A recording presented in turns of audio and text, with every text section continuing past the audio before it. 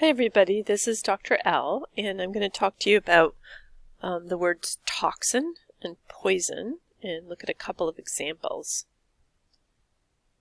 Let's see. So the learning goals here are to define the terms poison and toxin and to look at some common toxins and learn a little bit of the chemistry of their structures. So I took some definitions from Merriam-Webster Online Dictionary and they work pretty well.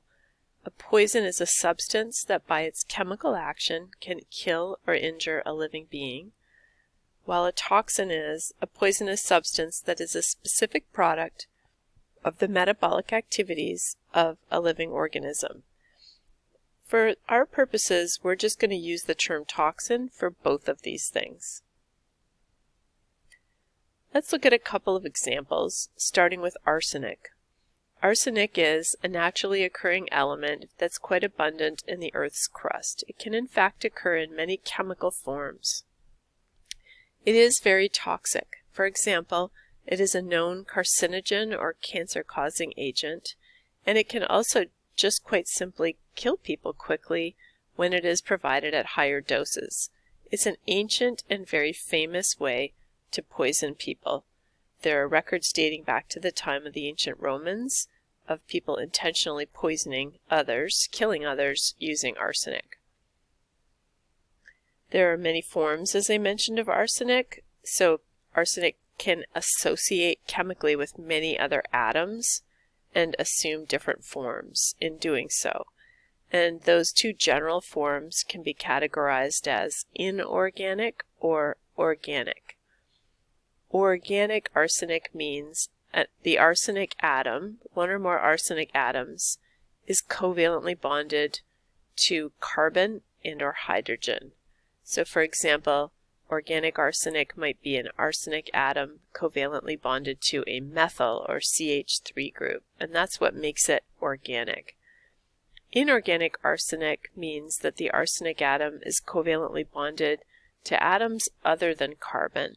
So for example, oxygen, chlorine, or sulfur.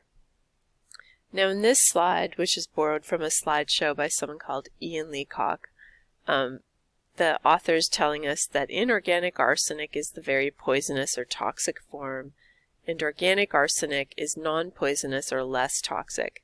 And that's probably not true. So we're still, even though arsenic and its toxicity are like it's an old thing to use arsenic as a poison, and it has been studied for a long time, but we're really still learning a lot of things about the toxicity of arsenic, and it does look like organic forms of arsenic can be quite toxic. So in this slide, there's like quite a bit of chemistry in this slide, but I just really wanted to show you a couple of examples of arsenic found as an inorganic compound, substance, or molecule. So arsenite and arsenate, shown here, are inorganic forms of arsenic. As is the atom arsenic, and in arsenite it is attached to an OH, which is a hydroxyl group, another OH, and another OH, and that's the sort of acid form. Arsenate has arsenic, the atom, bonded to an oxygen, hydroxyl group, another hydroxyl group, and an oxygen in its free radical form. So these two, arsenite and arsenate, are inorganic, and they are very, very water soluble. So if you get arsenic contamination from drinking water, you're likely to have gotten it from one of these two inorganic forms. These are very water soluble, very polar, very hydrophilic molecules. In contrast, on the bottom, we see monomethyl arsenous acid and monomethyl arsenic acid. And what I want to point out is both of these are examples of organic arsenic. And they're organic because the arsenic atom is covalently bonded to a carbon. Okay? And that carbon is found in CH3, which is a functional group known as a methyl group. So this is methylated arsenic, and so is this one over here on the right. Okay, So these organic forms are a little bit less water soluble than the inorganic forms, and they would be commonly found in foods. So if you're eating contaminated rice, which is something that can be frequently contaminated with arsenic, then although that is monitored for in the United States, then you're going to probably be taking in one of these methylated or similar forms of arsenic. And so there's a lot going on here, but basically if we take arsenic in, which is most commonly done by taking in contaminated water or occasionally contaminated food, if we're getting arsenic out of water, it's an inorganic form, arsenite or arsenate. And it would come in and be ingested through drinking.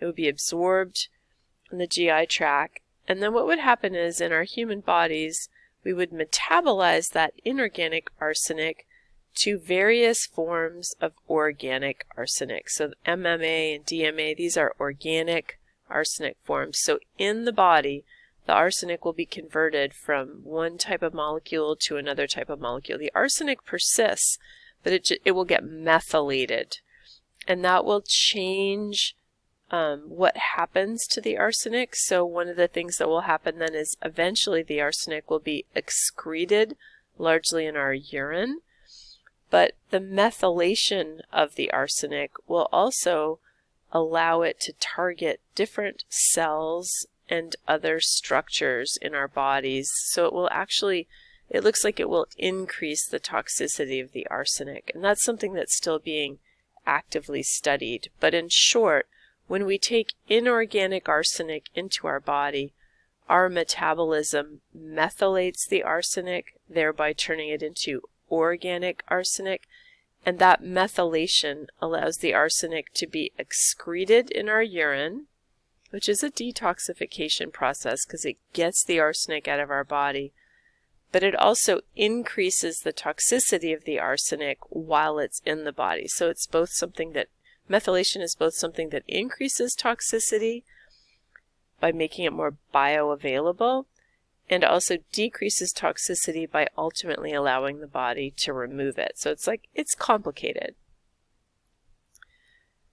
Arsenicals, which are arsenic-containing molecules, are not just poisons. So there's a long history of using arsenicals for therapy, as a therapeutic agent, or in other words, a drug, beginning with a chemical called salvarsan, which is an arsenic-based compound that was used to treat syphilis, which is a bacterial infection. It was the original antimicrobial. And we no longer use it because during World War II, when penicillin came online, we started to use other actual antibiotics that were much safer and more effective. But this was actually used to treat syphilis prior to World War II. Today, we still use arsenic-based compounds as antimicrobials, antiparasitic agents, and in some cases, anti-cancer drugs. And recently there's been some increased interest in doing so because some people think that this might be a way to combat antibiotic resistance. So one of the challenges I'm going to issue to you, or really the major challenge I'm going to issue to you in this particular video, is after doing the other work assigned in this chemistry module, you should understand covalent bonding, and you should understand hydrogen bonding. And you should know, for example, how an individual water molecule is made up of two single covalent bonds, and that both of those bonds are polar, leaving parts of a water molecule charged positively, partially charged positively, and parts partially charged negatively. And this is the basis for the bonds that form between water molecules, which are called hydrogen bonds, weak electrical interactions. Looking at arsenite, which I showed you a moment ago in this slideshow, you should be able to go back and take a look at the periodic table I've shown you in other lectures, and you should be able to figure out that arsenite will be very polar, and there'll be parts of that molecule that are a little bit positive and parts that are a little bit negative. And so you should be able to draw the arsenite molecule surrounded by water molecules, label the parts that are a little positive and a little negative, and draw some potential hydrogen bonds, like connecting the arsenite to water molecules, which is the basis for how arsenite could be solubilized or dissolved into water, thereby making it something that could contaminate our drinking water. So that's a little challenge for you. Here's another toxin. This is not an element. It's a small organic molecule, and it's an organic molecule that we're all exposed to regularly if you pump gasoline into your car. So when you smell gasoline, you are exposed to the molecule known as benzene. Benzene is shown here. It's C6H6, which means 6 carbons and 6 hydrogens. This is it drawn out in a proper chemical structure, but it might also be shown in these two ring conformations. It's all carbon-carbon and carbon-hydrogen bonds. Carbon and carbon have an equal electronegativity. Carbon and hydrogen have a very similar electronegativity. All of the bonds here are considered nonpolar covalent bonds, making this a nonpolar molecule. It's very hydrophobic, not likely to dissolve in water, and you know that empirically because if you see gasoline on a film of water, it just sits on the top. It doesn't mix through. We get exposed. This is a very volatile chemical, and so we can smell it. And so when we're smelling gasoline, we're smelling a little bit of benzene, although there are other molecules that are volatile in gasoline as well. This is a molecule that can cause cancer and other toxic effects. So it's an example of a small organic toxin found naturally in petroleum products. Here's another type of toxin. This is a little more complicated, maybe a little more elaborate, and it's the toxin known as cholera toxin. It's a toxin that is a protein, and it is produced by the bacterium Vibrio cholerae. So if you get cholera disease, it means you're infected with Vibrio cholerae, and that bacterium, when it gets down into your intestines, will attach to the epithelial cells lining your intestines, and that's the bacterium there, and there's your intestines. So the bacterium will attach on the inside, and then it will secrete or produce cholera toxin. It'll make this protein, and that protein will attach to your epithelial cells, and it will cause them to behave oddly. It'll cause them to move water and salt into the lumen or the center of the intestines, and that will cause severe diarrhea.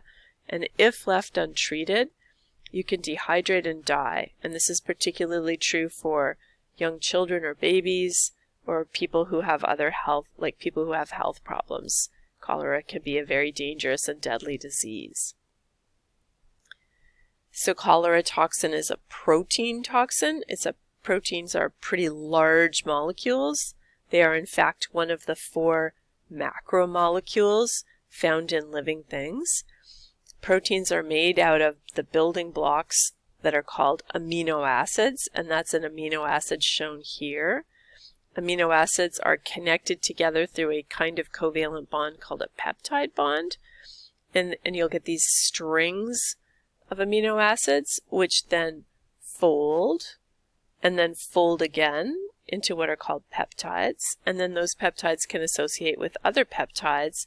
And so we get these complex, large, 3-dimensional structures, many, many different atoms in them, and those are referred to as proteins. Here's an image of, or a model of cholera toxin, and it's got 2 basic parts. Each is a protein. This is all one protein. And each of these little round balls is a particular amino acid. So there are like many hundreds of amino acids in each cholera toxin. The red area is a part of the protein that acts as an enzyme.